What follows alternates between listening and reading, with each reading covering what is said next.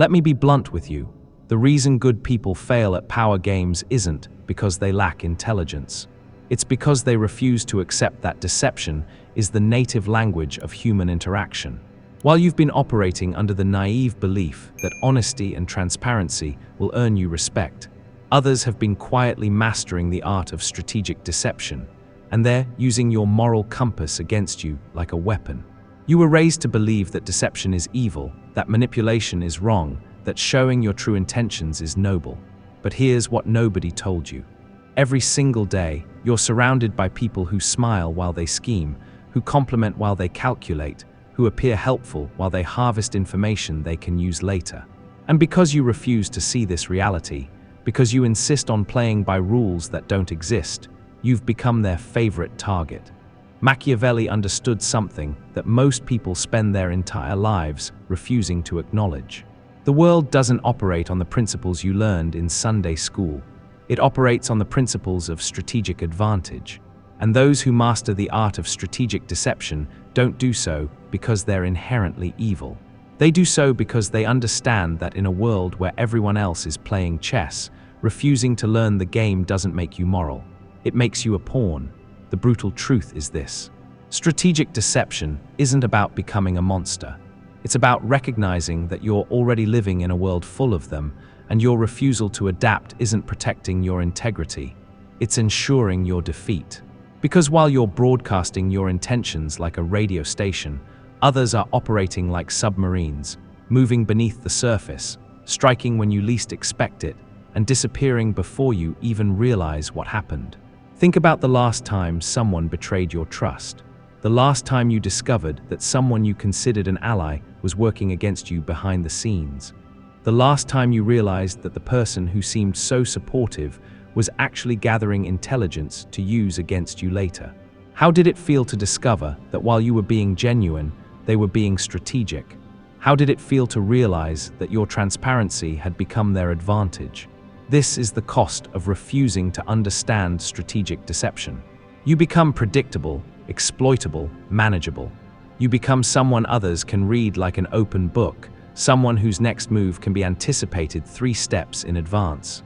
And in a world where information is power, your willingness to share everything about yourself, your thoughts, your plans, your weaknesses, is like handing loaded weapons to people who may not have your best interests at heart. But here's what I want you to understand. Learning strategic deception doesn't mean abandoning your values. It means protecting them. It means ensuring that your goodness isn't weaponized against you. It means developing the ability to navigate a complex world without becoming a casualty of your own naivety, because the alternative isn't maintaining your moral high ground. The alternative is watching others climb over you while you wonder why being good never seems to be enough.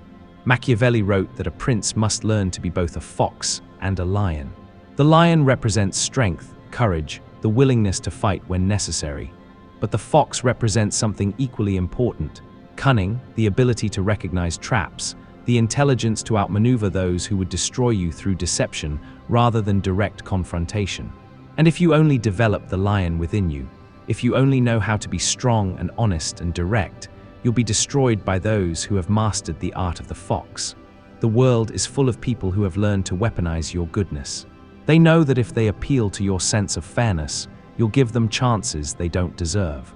They know that if they trigger your empathy, you'll ignore red flags you should pay attention to. They know that if they make you feel guilty, you'll compromise boundaries you should maintain. And they use this knowledge systematically, strategically, devastatingly effectively. But what if you could see through these tactics?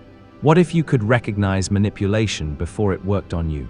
What if you could respond to deception with your own strategic thinking, not to harm others, but to protect yourself? What if you could learn to hide your true intentions when revealing them would put you at a disadvantage? What if you could master the art of appearing one way while thinking another, not to deceive for the sake of deception, but to maintain your advantage in situations where others are trying to take it from you? This is what strategic deception offers you. It offers you the ability to operate in a complex world without becoming its victim. It offers you the tools to protect your interests without broadcasting your vulnerabilities. It offers you the power to maintain control over your own narrative, instead of allowing others to write your story for you. You might be thinking that this sounds manipulative, that this sounds wrong, that good people shouldn't have to think this way. And you're right, good people shouldn't have to think this way. But good people also shouldn't have to lock their doors at night, shouldn't have to be careful about walking alone in certain neighborhoods, shouldn't have to worry about identity theft or fraud or any number of other threats that exist in the world. But they do, because the world contains people who don't share their values, and refusing to acknowledge this reality doesn't change it.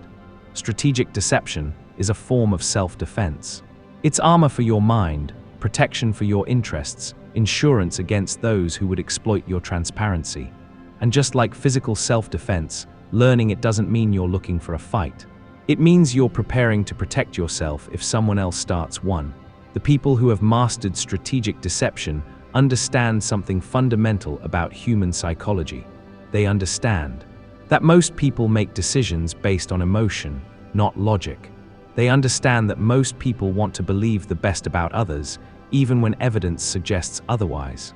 They understand that most people would rather avoid conflict than confront uncomfortable truths. And they use this understanding to create situations where you make decisions that benefit them, often without you even realizing it's happening. But when you understand these same psychological principles, when you recognize these patterns, when you develop the ability to see beneath the surface of social interactions, you stop being vulnerable to these tactics. You start to notice when someone is trying to manipulate your emotions. You start to recognize when someone is telling you what you want to hear rather than what's actually true. You start to see the difference between genuine connection and strategic positioning. And more importantly, you start to develop your own ability to influence outcomes in your favor. Not through crude manipulation, not through obvious deception, but through sophisticated understanding of human nature and strategic application of that knowledge. You learn when to reveal information and when to withhold it. You learn how to present yourself in ways that serve your objectives. You learn how to read between the lines of what others are saying and respond accordingly. This is the level of strategic thinking that separates those who succeed from those who remain perpetually confused about why their good intentions never seem to translate into good outcomes. Because good intentions without strategic thinking are like having a powerful engine in a car without a steering wheel. You might have a lot of energy, but you have no control over where you end up. Machiavelli observed that successful leaders must be willing to appear virtuous while being prepared to act otherwise when circumstances demand it. This doesn't mean being evil, it means being adaptable. It means understanding that different situations require different approaches, and that sometimes the most moral thing you can do is to temporarily set aside your preference for complete honesty in service of a larger good. Consider this scenario. You're in a meeting where you know that revealing your true position on an issue will result in you being targeted by colleagues who disagree with you. You could choose to be completely transparent, to lay all your cards on the table, to trust that your honesty will be respected and rewarded. Or you could choose to be strategically vague, to listen more than you speak, to gather information about others' positions before revealing your own, to ensure that when you do speak, you do so from a position of knowledge and strength rather than vulnerability. Which approach is more likely to result in a positive outcome for you? Which approach gives you more control over the situation? Which approach protects your interests while still allowing you to maintain your integrity? The answer should be obvious, but if you've been conditioned to believe that anything less than complete transparency is dishonest, you might struggle to see it. Strategic deception often involves nothing more than controlling the timing and context of truth-telling. It's not about lying, it's about being selective about when, how, and to whom you reveal information. It's about understanding that not everyone deserves access to your thoughts, your plans, your vulnerabilities. It's about recognizing that some information is powerful precisely because it's not widely known, and that sharing it indiscriminately diminishes both its power and yours. Think about the most successful people you know. Think about those who seem to effortlessly navigate complex social and professional situations. Do they share everything they're thinking with everyone they meet? Do they reveal their strategies before implementing them? Do they discuss their weaknesses openly with competitors? Of course not. They understand intuitively what Machiavelli taught explicitly, that information is a form of currency, and like any currency, its value is partly determined by its scarcity. But strategic deception goes beyond just controlling information. It also involves understanding how to shape perception, how to influence the way others see you and your actions. This might mean emphasizing certain aspects of your personality in certain contexts while downplaying others. It might mean allowing others to underestimate you when that serves your purposes. It might mean appearing more or less knowledgeable, more or less interested, more or less committed than you actually are, depending on what the situation requires. This isn't about being fake, it's about being strategic. Every day, you make choices about how to present yourself to the world. You dress differently for a job interview than you do for a casual dinner with friends. You speak differently to your boss than you do to your siblings. You emphasize different aspects of your background when networking with different groups of people.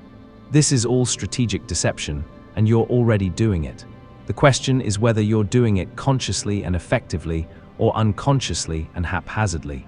The people who excel at strategic deception understand that every interaction is a form of negotiation, and that in any negotiation, the person with the most information and the best understanding of psychology has the advantage. They pay attention to body language, tone of voice, word choice, timing. They notice what people don't say as much as what they do say. They understand that people often reveal more about their true thoughts and intentions through their actions than through their words. And they use this understanding to position themselves advantageously. They know when to push and when to pull back. They know when to reveal strength and when to appear vulnerable. They know how to make others feel heard and understood, even when they're actually gathering information that will help them in future interactions. They know how to plant ideas in ways that make others feel like those ideas were their own. This level of social sophistication might seem overwhelming if you're used to straightforward, direct communication. But like any skill, it can be developed with practice and attention, and the benefits of developing it extend far beyond just protecting yourself from manipulation. It actually makes you more effective at helping others, more capable of building genuine relationships, more able to create positive outcomes in complex situations. Because when you understand how people really think and behave, when you can see past the surface level of social interaction, you become better at meeting people where they actually are rather than where you think they should be. You become more persuasive, not because you're manipulating people, but because you're communicating in ways that resonate with how they actually process information and make decisions. You become better at building trust because you understand what makes people feel safe and understood. You become better at resolving conflicts because you can see the underlying interests and concerns that people might not be expressing directly. You become better at leading because you understand how to inspire and motivate people in ways that align with their actual psychological needs rather than just what you think should motivate them. The key insight that Machiavelli understood and that modern psychology has confirmed is that human beings are not primarily rational creatures. We like to think we are. We like to believe that we make decisions based on logic and evidence and careful consideration of facts. But the reality is that we make most of our decisions based on emotion, intuition, social pressure, and unconscious biases, and then we use logic to justify those decisions after the fact. This means that if you want to influence outcomes, if you want to protect your interests, if you want to navigate complex social situations successfully, you need to understand and work with human psychology as it actually is, not as you think it should be. You need to understand that people often say one thing while meaning another, that they often don't fully understand their own motivations, that they often make decisions based on how something makes them feel rather than on objective analysis of the situation. And you need to understand that others who have figured this out are already using this knowledge, both to protect themselves and to advance their interests. They're not necessarily doing this maliciously, they're not necessarily trying to harm you, but they are operating with a level of social and psychological sophistication that gives them significant advantages in almost every interaction. The question is whether you're going to continue operating at a disadvantage, whether you're going to keep wondering why your good intentions don't translate into good outcomes, whether you're going to keep being surprised when people don't respond to logic and fairness and straightforward communication the way you think they should. Or whether you're going to develop your own strategic sophistication, your own understanding of human psychology, your own ability to navigate complex social dynamics effectively. Strategic deception, properly understood, is not about becoming someone you're not. It's about becoming more skillful at being who you are in a world that doesn't always reward authenticity, transparency, and good intentions. It's about developing the ability to protect your values and advance your interests without compromising your fundamental integrity. It's about understanding that there's a difference between being honest and being naive, between being authentic and being strategically incompetent, between being good and being ineffective. You can maintain your moral standards while developing your tactical abilities. You can remain true to your values while becoming more sophisticated about how you pursue them. The alternative is to continue being outmaneuvered by people who understand these dynamics better than you do. The alternative is to continue wondering why the world seems unfair, why good people often finish last, why those who seem less deserving often achieve more success. The alternative is to remain a victim of your own noble intentions in a world that doesn't share them. Machiavelli didn't write about these principles because he thought they were ideal or because he personally endorsed them as the pinnacle of human behavior. He wasn't advocating for a world where deception and strategic manipulation were the highest virtues. Instead, he wrote about them because he was, above all else, a realist, a keen observer of human nature who documented what he saw actually working in the real world, regardless of how uncomfortable those observations might make people feel. He witnessed firsthand that those who understood and applied these principles of strategic thinking and calculated influence were consistently more likely to achieve their objectives, more likely to protect their interests and the interests of those they cared about, and more likely to not just survive, but actually thrive in highly competitive, often ruthless environments. What made Machiavelli's insights so revolutionary and so threatening to the established order was his recognition that these strategic principles were already being used extensively by those in power.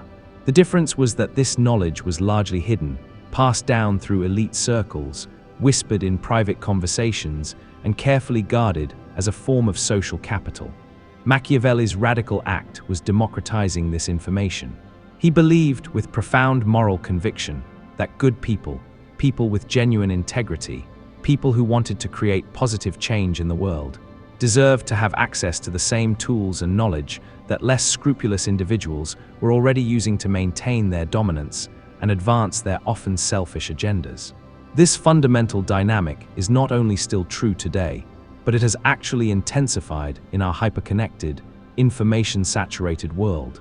The people who understand strategic deception, who have invested time and energy into developing sophisticated social and psychological skills, who know how to influence perception and manage information flows, who understand the subtle art of framing narratives and shaping how others interpret reality. These individuals are not necessarily bad people. They're not inherently evil or morally bankrupt. They're often just more strategically competent people who have recognized that good intentions alone are insufficient for creating meaningful change or protecting what they value most. In our current world, where strategic competence often determines not just professional success, but personal relationships, social influence, and even basic survival in complex social hierarchies, this knowledge gives them enormous advantages. They understand how to present their ideas in ways that resonate with different audiences. They know how to build coalitions, navigate conflicts, and position themselves favorably in competitive situations. They've learned to read between the lines of what people say, to understand the hidden motivations behind public statements, and to anticipate how others will respond to different approaches. But here's the crucial point that many people miss. These advantages are not reserved exclusively for those with questionable morals or hidden agendas. These skills are not inherently corrupting or morally compromising.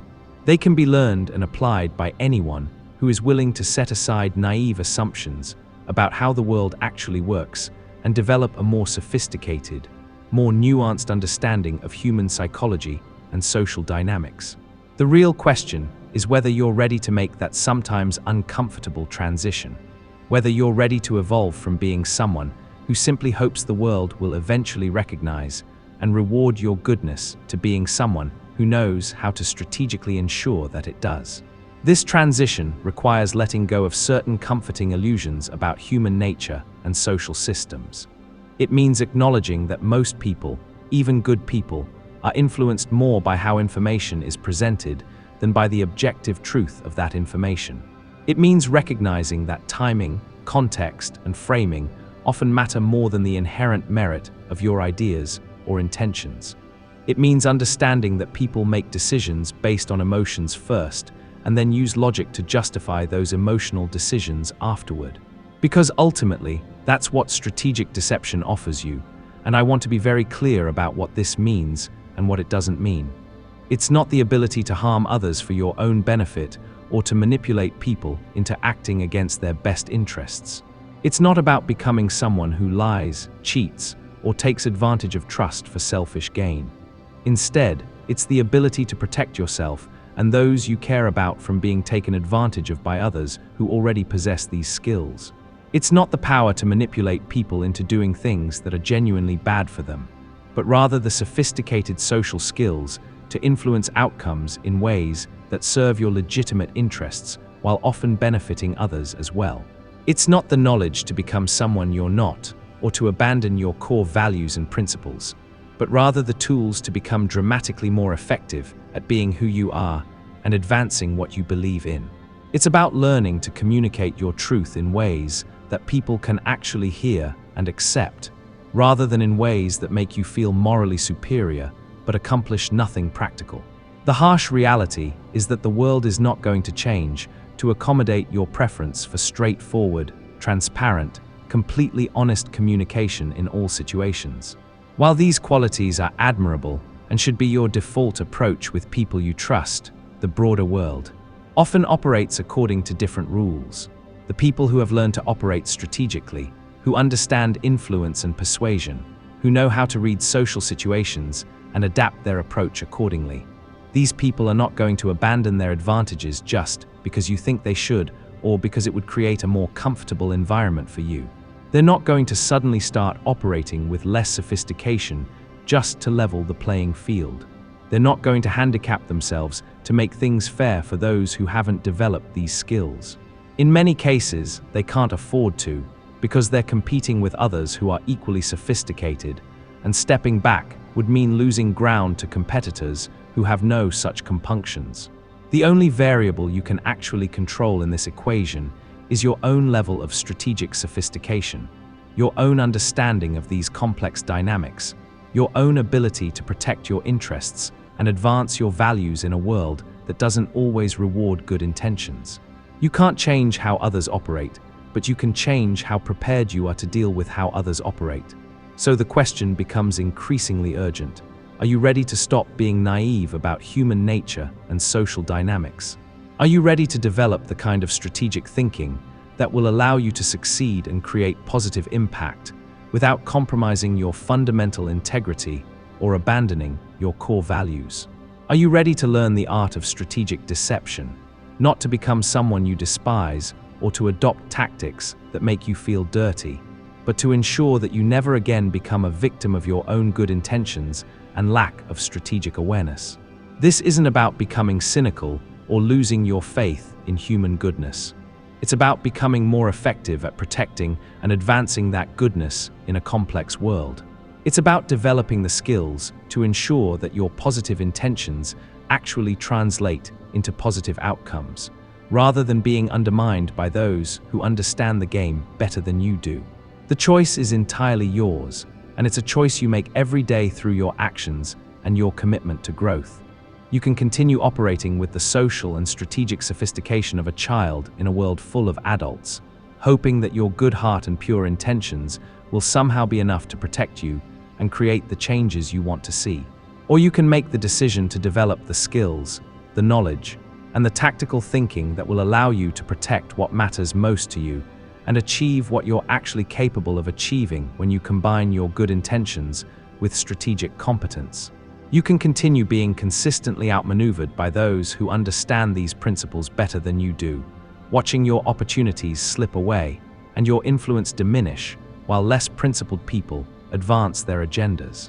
Or you can level the playing field by developing your own strategic competence, by learning to operate with the same sophistication as those around you, while maintaining the integrity and values that make you who you are. The power to choose your path forward is in your hands. Machiavelli would tell you that the world doesn't care about your intentions, it only cares about your results. And if you want different results, you need different strategies. The art of strategic deception is one of the most powerful strategies available to you. The question is whether you're wise enough to master it.